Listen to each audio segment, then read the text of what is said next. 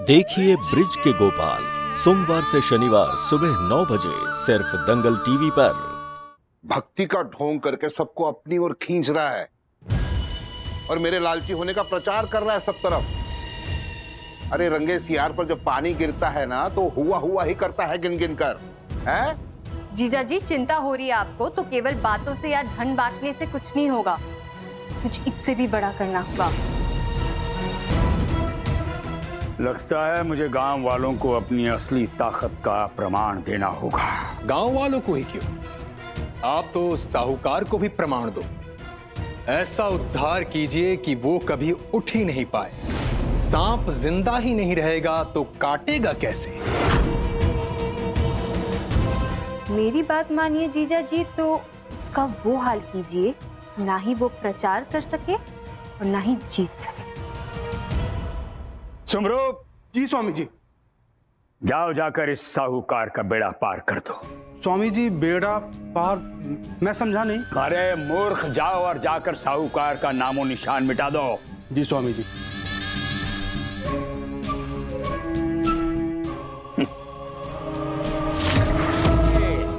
अब वो दिन गए जब राज करने लगे तो राज भी अपना हो गया। अब नहीं, अब तो चुनाव लड़ना पड़ेगा और गांव वाले चुनेंगे अपना मुखिया।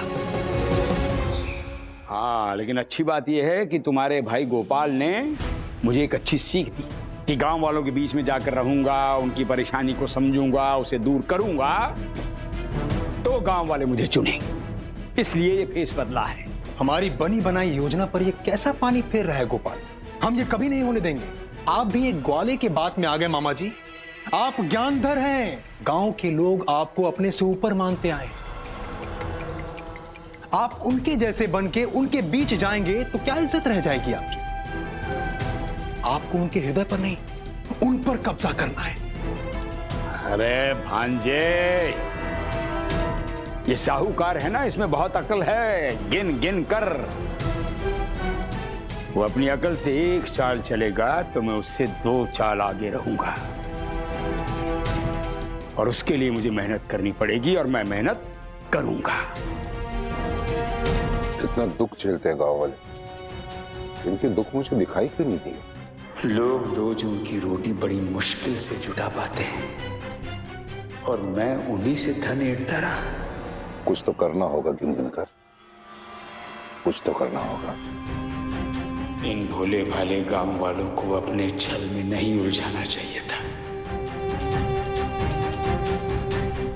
जिन्हें हमने अपने वश में किया था वो ऐसे भलाई के काम में कैसे जुट गए? ये तो पता नहीं, पर अब ये पता करना पड़ेगा कि हम अब करें तो करें क्या। ऐसे तो हमारी हार हो जाएगी। अभी हमारी हार नहीं हुई है। इन्हें जितना भलाई करना है करने दो। चुनाव आने पर तो ये हमारे प्रभाव में आ ही जाएंगे। तो अब इसका निर्णय कैसे होगा कि कौन जीता?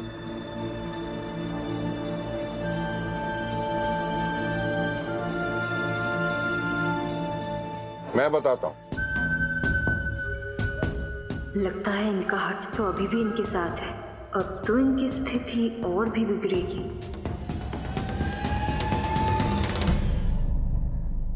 ज्ञानधर जी से मुझे पहले से ईर्ष्या थी, इसीलिए मैंने ये सब किया।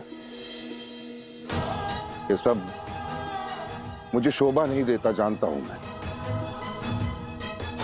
ज्ञानधर जी से मैंने बहुत कुछ सीखा और आज इनके विरुद्ध जाने की भूल कर बैठा मैं। ज्ञानधर जी क्षमा कर दें मुझे।